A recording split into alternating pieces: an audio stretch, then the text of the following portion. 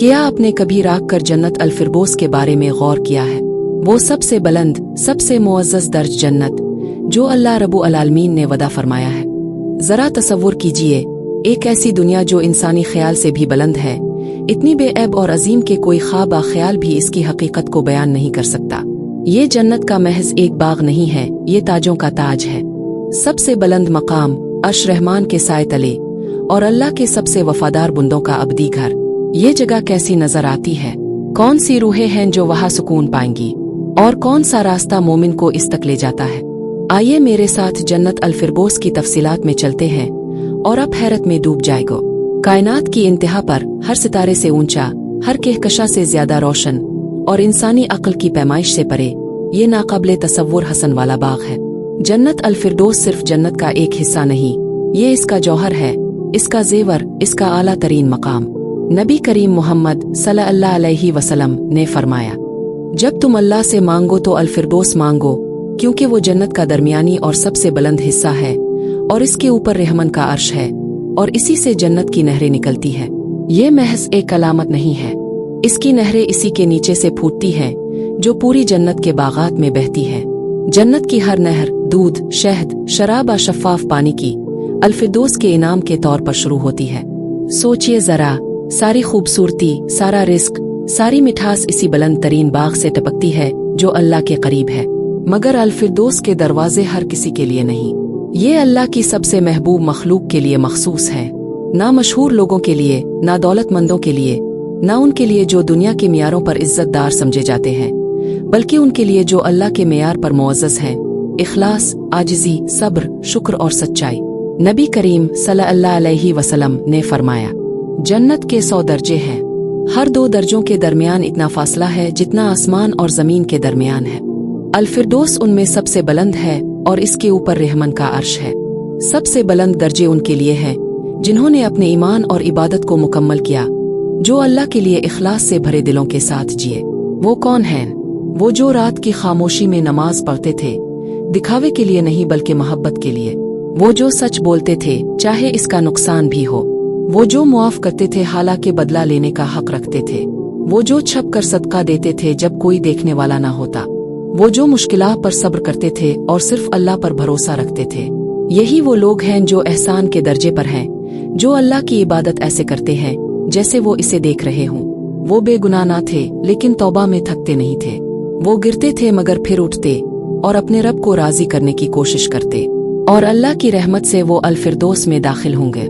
अब जरा अपनी आंखें बंद करें, इस सबसे हुसैन मंजर को याद करें जो आपने कभी देखा है।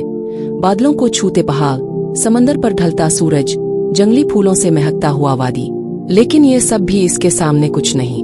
जन्नत अल-फिरदौस इंसानी सोच से परे है। इसके दरख्त मिट्टी से नहीं बल्कि नूर से सैराब होते हैं।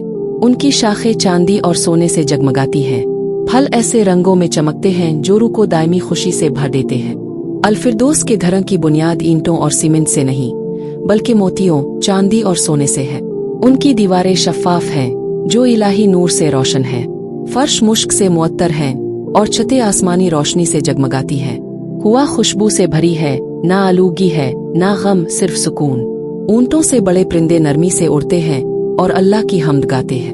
अहले ईमान लाल और जमुर्द के तख्तों पर तकिया लगाए बैठते हैं आसमानी दरख्तों के साए में, और खुद अल्लाह का नूर उफुक को रोशन करता है। ना सूरज है, ना चांद, ना अंधेरा, सिर्फ इलाही रोशनी। मगर उन सब नेमतों से बढ़कर, नहरों, जवाहरात मोहल्लों से बढ़कर सबसे बड़ी नेमत है अल्लाह के चेहरे को देखना, रब्बुर रहमत को देखना। नबी करीम सल्लल्लाहु अलैहि वसल्लम ने फरमाया, जब जन्नती जन्नत में दाखिल होंगे तो अल्लाह फरमाएगा, क्या तुम मजीद कुछ चाहते हो? वो कहेंगे, क्या आपने हमारे चेहरे रोशन नहीं किए, हमें जन्नत में दाखिल नहीं किया और हमें जहन्नम से नजात नहीं दी? फिर अल्लाह पर्दा हटा देगा और उन्हें इससे ज्यादा महबूब कोई चीज ना मिलेगी कि वो अपने रब को देखें। यही वो जन्नत के अंदर की जन्नत होगी, ऐसी खुशी जो अल्फाज से बाहर है। मगर अल-फिरदौस का रास्ता आसान नहीं है। नबी करीम सल्लल्लाहु अलैहि वसल्लम ने याद दिलाया, जन्नत को मशक्कतों से घेर दिया गया है और जहन्नम को ख्वाहिशात से घेर दिया गया है। इस रास्ते पर चलने के लिए इंसान को ख्वाहिशात से बचना होगा और अपने नफ्स से जिहाद करना होगा। छप कर सदका देना, खामोशी से मुआफ करना, गुस्से को नरमी से काबू करना, जिस्म थका हुआ हो तब भी नमाज के लिए उठना, नजर नीची रखना जब फितने सामने आए, दिल कमजोर हो तब भी नेकी पर कायम रहना। ये सब वो सिफात हैं जो अहले फिरदौस को बनाती हैं। हर खालिस दुआ, हर सजदे में बहाया गया आंसू, हर छुपा हुआ सदका, सब इस बुलंद तरीन जन्नत का रास्ता बनाते हैं। इस रास्ते की बुनियाद है नमाज। वो नमाज नहीं जो जल्दी में बेजान पड़ी जाए, बल्कि वो नमाज जिसमें आजिज़ी और तड़प हो। अल्लाह कुरान में फरमाता है, यकीनन कामयाब हुए ईमान वाले जो अपनी नमाजों में खुशू इख्तियार करते हैं। यही अहले फिरदौस की अलामत है। उनकी इबादत महज रस्म नहीं थी, ये मोहब्बत थी, लगन थी, अपने रब से गुफ्तगू थी, और वो हमेशा मुस्तकिल मिजाज थे, चाहे छोटे अमाल में ही क्यों ना हो। नबी करीम सल्लल्लाहु अलैहि वसल्लम ने फरमाया, अल्लाह के नज़दीक सबसे महबूब अमाल वो हैं जो मुसलसल किए जाए, चाहे वो छोटे ही क्यों ना हो। चाहे कुरान पढ़ना हो, पड़ोसी की मदद करना हो, किसी मोमिन को मुस्कुराना हो, वो इस्तिकामत रखते थे। तारीख मिसालों से भरी है। वो गरीब औरत जो चुपके से मस्जिद नबवी की सफाई करती थी और वफात के बाद नबी करीम सल्लल्लाहु अलैहि वसल्लम ने इसका एजाज किया। बिलाल हबशी जो जलती धूप में सताए गए और बस अहद अहद एक अल्लाह कहते रहे और जिन्हें नबी ने जन्नत में चलते सुना। वो शख्स जिसे सिर्फ एक प्यासे कुत्ते को पानी पिलाने पर बख्श दिया गया। ये वाकयात हमें याद दिलाते हैं, अल्लाह के नज़दीक अजमत दौलत, शोहरत मनसब में नहीं बल्कि इखलास में है। एक छोटा सा अमल भी अगर खालिस अल्लाह के लिए हो, रूह को अल-फिरदौस तक पहुंचा सकता है।